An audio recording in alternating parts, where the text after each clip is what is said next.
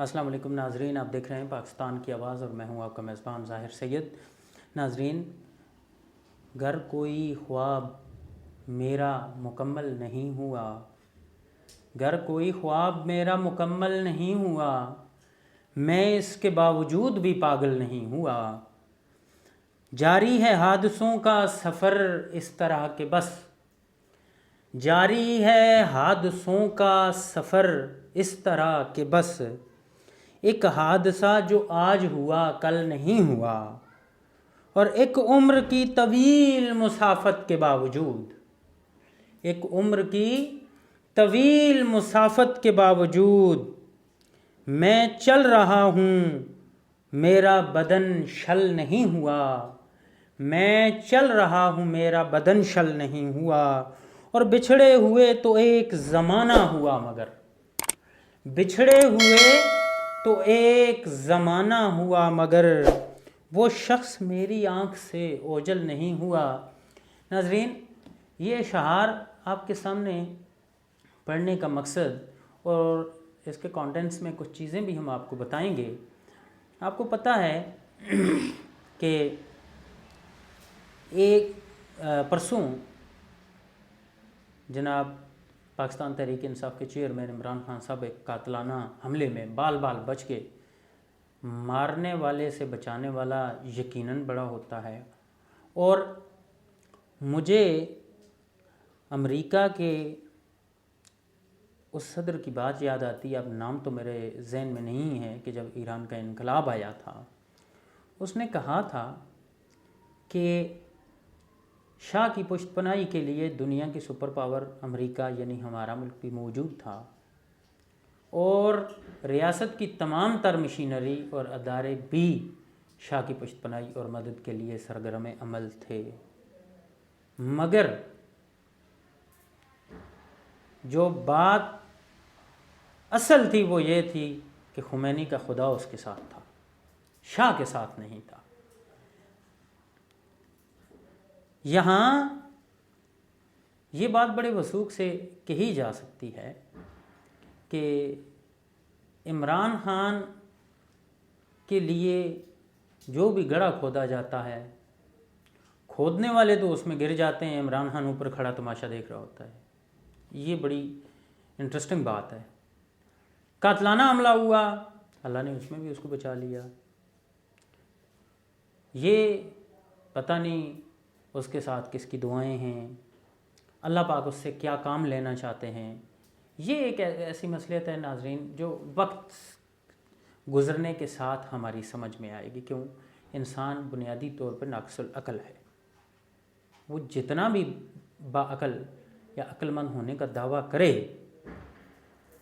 ایسی بات نہیں ہے، مگر جتنا بھی عقل مند انسان ہو، خدا کی مصلحت کو سمجھنے کے لیے اس کو جو دی گئی عقل ہے وہ ناکافی ہوتی ہے۔ ایک اچھا، عمران خان کے جو اس کے اوپر قاتلانہ حملہ ہوا ہے، خان صاحب کے اوپر قاتلانہ حملے کے کچھ محرکات ہیں جو اس معاملے کو بڑی آسانی کے ساتھ سمجھنے میں ہمیں مدد دیں گے۔ نمبر 1، قاتلانہ حملہ ہوتا ہے، پنجاب میں پاکستان تحریک انصاف کی حکومت ہے، ابھی تک FIR درج نہیں ہوئی، کیوں؟ نمبر 2 کہ جو بندہ وقت موجود وہاں پہ پکڑا گیا، جس کے ہاتھ سے پسٹل تھا، جس میں ویڈیو میں بھی دکھائی دیتا ہے، وہ شخص جو اس کا بیان ہے، وہ بیان فوراً لیک کیسے ہو گیا، اور وہ بیان لیک ہونے کی وجہ سے اس تھانے کے سارے عملے کو معطل بھی کیا گیا۔ نمبر 3، عمران خان کے اوپر قاتلانہ حملہ جن لوگوں نے بھی کروایا، اس عمران خان کی ٹانگوں میں گولیاں لگی ہیں۔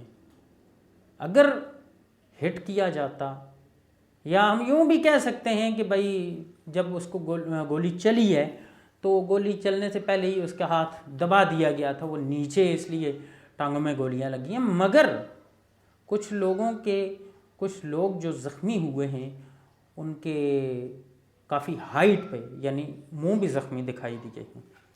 یہ کیا بات ہے؟ یہ ٹیکنیکل پوائنٹ ہیں جو سمجھنے کے ہیں. جہاں تک پہلے سوال کا کوشچن ہے کہ پنجاب میں پاکستان تحریک انصاف کی حکومت ہونے کے باوجود FIR کیوں نہیں درج ہوئی؟ اس سے پہلے پاکستان کی ہسٹری میں جتنے بھی ہائی پروفائل کیسز ہوئے ہیں ان کی FIR درج ہوئیں، کمیشن بنے. کیا کسی کمیشن کی رپورٹ آئی؟ کیا کوئی قاتل پکڑا گیا؟ ایسا نہیں، ہسٹری میں نہیں ملتا. اس کی کیا وجہ ہے؟ عمران خان کے بقول عمران خان صاحب جن لوگوں کو نامینیٹ کر رہے ہیں اس قاتلانہ حملے کے ضمن میں، 2 نام رانا ثناء اللہ صاحب انٹیریئر منسٹر ہیں ہمارے، اور وزیر اعظم پاکستان شہباز شریف صاحب. تیسرے ہمارے ایک ادارے کے حاضر سروس ہیں، ان کا نام لیا جاتا ہے. مگر ایک بات بڑی اہم ہے، وہ یہ ہے، ابھی جو بات میں آپ کو بتانے جا رہا ہوں ناظرین اس کو سمجھیے گا. پچھلے دنوں میڈیا کے اوپر ان خبروں کی بڑی بازگشت تھی، بڑی خبریں یہ گونج رہی تھیں، مارشل لا لگنے والا ہے، مارشل لا کے حالات بالکل بن گئے ہیں، ابھی مارشل لا لگ جائے گا، یہ ہوگا وہ ہوگا. نہیں، پہلی بات یہ یاد رکھنی ہے یہ بات کہ ماضی میں جتنے بھی مارشل لا لگے ہیں نا، آپ ان کی ہسٹری کو اٹھا کے دیکھ لیں کہ مارشل لا اس صورت میں لگے ہیں کہ وہاں پہ پاکستان کے اندر فوج کے ساتھ کسی یا موجودہ سٹنگ گورنمنٹ نے پنگا لیا. تو جس طرح مشرف صاحب کا آپ دیکھ لیں، ان کو ہٹایا گیا، انہوں نے مارشل لا لگوا دیا. اس سے آگے چلیں. دوسری بات یہ ہے کہ مارشل لا جب بھی لگا ہے پاکستان کی اکانومی بہتر تھی، یعنی پاکستان کا خزانہ ٹھیک تھا. موجودہ دور میں ابھی کیونکہ پاکستان کا خزانہ بھی خالی ہے، اس کے پاس نہیں ہے کچھ، معاشی طور پہ مارشل لا کا متحمل ہی نہیں ہے ملک. نمبر 3، پاکستان کے اندر جب بھی مارشل لا لگا تو کوئی بھی سیاسی پارٹی اتنی پاورفل تھی ہی نہیں کہ وہ مارشل لا کا مقابلہ کرتی. ابھی موجودہ دور میں اگر مارشل لا لگتا ہے تو پہلی بات یہ ہے کہ ہماری آرمی اس چیز کو پسند نہیں کرتی کہ ملک میں آئین کو پامال کیا جائے. جب بھی مارشل لا لگتا ہے، ایک بات یہ ہمارے ذہنوں میں بٹھا دی گئی ہے، حالانکہ یہ بات غلط ہے، ٹھیک نہیں ہے. مارشل لا جب بھی لگتا ہے تو وہ ملک کے سیاسی حالات کے تناظر میں مارشل لا لگتا ہے کہ ملک کے اندر سیاسی حالات کیسے ہیں. فوج تب ٹیک اوور کرتی ہے جب حکمران ایک پیج پہ نہیں آتے، ملک کے اندر لا اینڈ آرڈر کی خلاف ورزی شروع ہو جاتی ہے، تب جا کے مجبوراً فوج کو اپنا ملک بچانے کے لیے اپنے قاعدے قانون سے باہر آنا پڑتا ہے، اور یہ ان کی مجبوری ہم سمجھتے ہیں. مگر موجودہ وقت اس بات کی نفی کرتا ہے.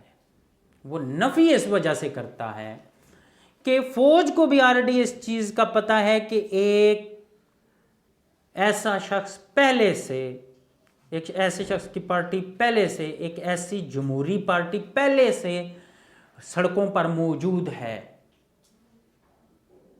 جو اس چیز کے خلاف چل رہی ہے. اس کا جو موقف ہے وہ ہے یہی ہے کہ بھئی اداروں کو مضبوط کیا جائے، اور یہی وہ بات ہے کہ جو ہر بندہ سمجھتا ہے. اور اس کے ساتھ ساتھ ایک اور بڑی بات یہ ہے کہ ہمیں یہ بات کیوں نہیں سمجھ آتی کہ ہمارے ملک کے اندر وہ کون ایسے لوگ ہیں کہ جو کل تک جن لوگوں کو وہ مجرم سمجھتے تھے، کل تک جن لوگوں کو وہ چور سمجھتے تھے، کل تک جن لوگوں کو وہ ڈکیت سمجھتے تھے، کل تک جن لوگوں کو وہ غدار سمجھتے تھے، آج وہی لوگ کہاں بیٹھے ہوئے ہیں، وہ پوزیشن کیا لے کے بیٹھے ہوئے ہیں، یہ بھی تمام قوم کے سامنے ہے۔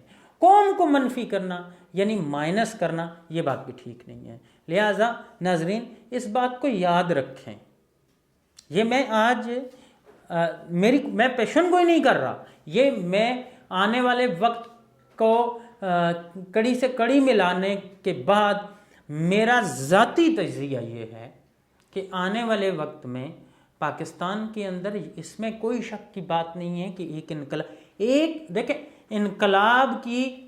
انقلاب دو سٹیپ میں آتا ہے۔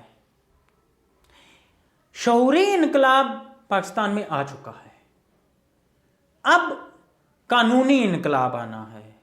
یعنی قانونی انقلاب یہ ہے، شعوری انقلاب لوگوں نے دیکھ لیا، اداروں نے دیکھ لیا، سٹنگ گورنمنٹ میں نے بھی دیکھ لیا کہ بھائی عوام نے پاکستان تحریک انصاف کے چیئرمین کی ایک کال پر کیا ہوا اور اس کے قاتلانہ حملے کے جب وہ قاتلانہ حملہ ہوا تو اس کے بعد ملک کے اندر کیا ہوا ہے، یہ ساری چیزیں ہیں۔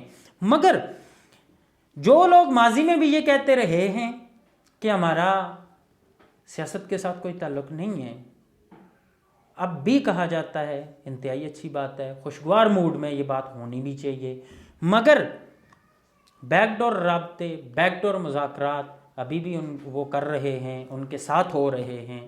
اگر واقعی یہ بات درست ہے کہ ہمارا سیاست کے ساتھ کوئی تعلق نہیں ہے، ہمیں سیاست میں مت گھسیٹا جائے، تو پھر یہ بات عوام کے سامنے ان کو لا کے رکھنی چاہیے کہ یہ لوگ ہمارے ساتھ رابطہ کر رہے ہیں اور ہمارے ساتھ مذاکرات کر کے ہمیں سیاست میں گھسیٹنے کے اپنے موقف کی تائید کے لیے ہمیں مجبور کر رہے ہیں۔ ایسے لوگوں کو مذاکرات کرتے ہوئے ویڈیو پہ لے کے آئیں اور عوام کے سامنے رکھا جائے۔ ملک کے اندر یہ بھی نہیں ہو رہا، ایک بات۔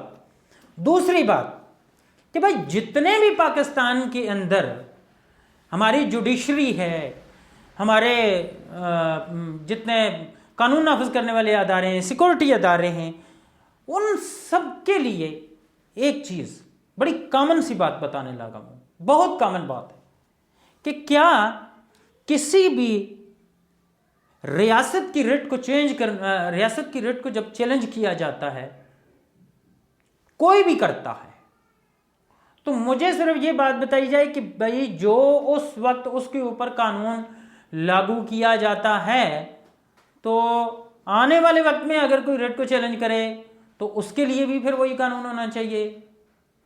ٹھیک ہے، پیمرا نے نواز شریف کے بارے میں کہا کہ بھائی اس کی کوئی ویڈیو نہیں چلانی، کوئی پریس کانفرنس نہیں چلانی۔ ٹھیک ہے، کچھ ایسے بات، آج اس کے ویڈیو بیان بھی چل رہے ہیں، سارا کچھ ہو رہا ہے۔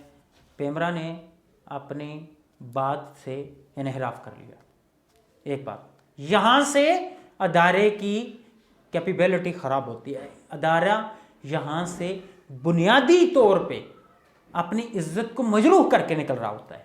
نمبر 2، آج پیمرا نے عمران خان کی پریس کانفرنس کے اوپر بھی پابندی لگا دی۔ اور بھائی سوشل میڈیا کا دور ہے، کس طرح کی بے وقوفیاں کر رہے ہیں، عوام کو کیوں اس بات پہ مجبور کر رہے ہیں کہ وہ اپنے ملک کے اداروں کے ساتھ نفرت پہ اتر آئے؟ آپ کیوں اس بات کو مائنس کرنے پہ تلے ہوئے ہیں؟ میں ان طاقتور لوگوں سے پوچھنا چاہتا ہوں، کیوں آپ ایسا کر رہے ہیں؟ اس کی وجہ کیا ہے؟ آخر کیوں؟ کیا عمران خان سے خطرہ کیا ہے؟ کون سا ایسا خطرہ ہے کہ عمران خان کیا آج عمران خان اگر ملک کے خلاف کوئی بات کرتا ہے تو آپ کیا سمجھتے ہیں کہ عوام عمران خان کو معاف کر دے گی؟ آپ سوچ بھی نہیں سکتے۔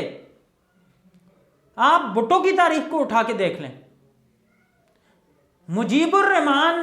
شیخ مجیب الرحمان نے زیادہ سیٹیں لیں مگر ہٹ درمی پہ اترنے والے اترے کہ نہیں آپ نہیں بنا سکتے. کیا ہوا؟ اس کا خمیزہ کیا بھگتنا پڑا؟ پاکستان آدھا ہو گیا، 2 لاکھ ہو گیا. کیا کر پائے آپ کے پاس تھا کیا؟ آپ نے کیا کون سا تیر مارا ہے؟ موجودہ دور میں آپ کیا کریں گے؟ ایک شخص کے ساتھ عوام ہے، عوامی پاور ہے، اور جمہوریت نام عوام کی طاقت کا ہے، عوام اس میں طاقت کا سرچشمہ ہے. تو آپ کیسے کہہ سکتے ہیں؟ آپ کدھر جائیں گے؟ آپ 1000 حربے استعمال کر لیں، مگر ایک بات جہاں پہ آ کے سوئی اٹکتی ہے وہ یہ ہے کہ ادارے بدنام ہو رہے ہیں. موجودہ اداروں کے اوپر جو پالیسی ساز لوگ بیٹھے ہوئے ہیں، جو اداروں کی پالیسی مرتب کرتے ہیں، کیسے ناقص العقل لوگ ہیں کہ ان کو صرف اور صرف موجودہ وقت کے لیے وہ پالیسی بنا رہے ہیں اداروں کی. کیا انہیں یہ نہیں پتا کہ یہ ادارے جب تک پاکستان ہے تو تب تک یہ ادارے رہیں گے؟ تو کم از کم زیادہ نہیں ہو کم عقل کے بچوں، وہ کم از کم اور کچھ نہیں ہے، کم از کم 5 سال بھی نہیں، 4 سال نہیں، 2 سال نہیں، وہ 1 سال کے لیے تو پالیسی بناؤ. آنے والے الیکشن تک کے لیے پالیسی تو بنا لو. آپ صرف 1 دن کے لیے پالیسی بناتے ہیں، دوسرے دن آپ کی پالیسی ٹھوس. کیا رکھا ہے آپ کی پالیسی میں؟ آپ ملک کو کہاں لے کے جا رہے ہیں؟ چھوڑیں عمران خان کو، چھوڑیں نواز شریف کو، چھوڑیں زرداری کو. آج ہیں کل نہیں ہوں گے ادارے، آج بھی ہیں کل بھی ہیں. جب تک پاکستان ہے تب تک ادارے رہیں گے. جب تک میں کہتا ہوں دنیا قائم ہے، ہمارا پاکستان ملک قائم رہے گا. ہمارے ملک کے ادارے، ہمارے ملک کی عدلیہ، ہمارے ملک کی اسٹیبلشمنٹ ساری قائم رہے گی. اور بھائی آپ اپنے اداروں میں کب تک سربراہی کریں گے؟ 5 سال، 10 سال آپ کا ٹینور کمپلیٹ ہونا ہے. آپ نے مکمل یہاں پہ سربراہی نہیں کرنی. مگر اس ملک، ان اداروں کی آنے والی قیادت کے اوپر آپ اپنے لیے کیا اثرات چھوڑ کے جائیں گے؟ کن الفاظ میں آپ کو یہ آنے والی قیادت ان اداروں کی یاد کرے گی؟ کس طرح کی بےہودہ پالیسیاں بنا کے گئے؟ کیا رکھا ہے آپ کے پاس؟ آپ کو کوئی بھی عقل مند کہے گا؟ کوئی بھی عقل مند نہیں کہے گا. آپ جو اس وقت موجودہ دور میں، چاہے وہ عمران خان کے بیک پہ پیچھے کوئی لوگ کھڑے ہیں، جہاں پہ بھی لوگ کھڑے ہیں، جو بھی پالیسی بنا رہے ہیں، ملک کے اگینسٹ پالیسی بن رہی ہے. اس وقت ملک تباہ ہو رہا ہے، ملک کی عوام مشکلات میں ہے. آپ کے اوپر کوئی اثر نہیں ہے. وہ اثر اس لیے نہیں ہے، میں تمام سارے ان لوگوں سے بااثر لوگوں سے مخاطب ہوں. کیوں ان کے اوپر کوئی اثر نہیں ہے؟ وہ اس لیے نہیں ہے کیونکہ ان کا انٹرسٹ اس ملک میں نہیں ہے، ان کے بچے اس ملک میں نہیں ہیں، ان کی جائیدادیں اس ملک میں نہیں ہیں. وہ صرف اور صرف ان بھیڑ بکریوں کے اوپر سیاست کرنے آتے ہیں، حکمرانی کرنے آتے ہیں، بس. اس کے علاوہ کوئی انٹرسٹ نہیں ہے. خدا را اس ملک کو بچائیں. کن قربانیوں سے آپ کے، ہمارے آباء و اجداد نے اس ملک کے لیے قربانیاں دی اور یہاں تک پہنچایا گیا ہے. اس ملک کو کس ڈگر پہ لے کے جا رہے ہیں؟ ہمارے وہ وقت دور نہیں کہ پھر ہمارے پاس 1000 قربانیاں، ہزاراں ہاں کیا لاکھوں قربانیاں دینے کے باوجود بھی ہم اس نیچ پہ پہنچ جائیں گے کہ جب یہ ہمارا ملک ہم سے خود اللہ حافظ کہنے پہ مجبور ہوگا. ہماری اللہ سے بھی دعا ہے کہ پروردگار ہمیں بہتر قیادت عطا فرما، وہ قیادت عطا فرما، ایسے حکمران دے، ایسے سربراہان، اداروں کے سربراہان بھی دے پروردگار کہ جو اداروں کے لیے ایسی پالیسی مرتب کریں کہ آنے والے کئی دہائیوں تک ایک بہترین پالیسی مانی جائے اور اداروں کے معیار اوپر جائیں، ان کا مورال بلند ہو، نہ کہ ڈاؤن ہو. آج کیا ہو رہا ہے پشاور میں؟ کور کمانڈر کے ساتھ گھر کے سامنے کیا ہوا ہے؟ کیا مجھے اس بات کا افسوس نہیں ہے؟ میں ایک بحیثیت جرنلسٹ، ایک پاکستان محب وطن پاکستانی، میں یہ پوچھتا ہوں میری فوج نے کیا بگاڑا ہے؟ میری فوج کا سولجر سیاچین کے پہاڑوں پہ، برف پوشیدہ پہاڑوں پہ جا کے وہ اس ملک کے لیے رات دن ایک ڈیوٹی کرتا ہے. سرحدوں پہ بیٹھے ہمارے سولجر گولی کے سامنے سینہ تانے ہوئے، وہ جاگتے ہیں تو ہم سوتے ہیں آرام کی نیند. مگر وہ لوگ جو آفیسز میں بیٹھ کے ٹھنڈے اے سی کے، سردیوں میں گرم ہیٹر کے آگے بیٹھ کے ایسی غلط پالیسیاں مرتب کریں گے تو ان کے ساتھ کیا ہوگا یہ آپ بھی سمجھتے ہیں اور میں بھی سمجھتا ہوں. اللہ رب العالمین سے دعا ہے کہ ہمیں ان تمام باتوں پہ عمل کرنے کی توفیق دے. ناظرین، اسی کے ساتھ اپنے میزبان ظاہر سید کو اجازت دیجیے۔ اللہ نگہباں۔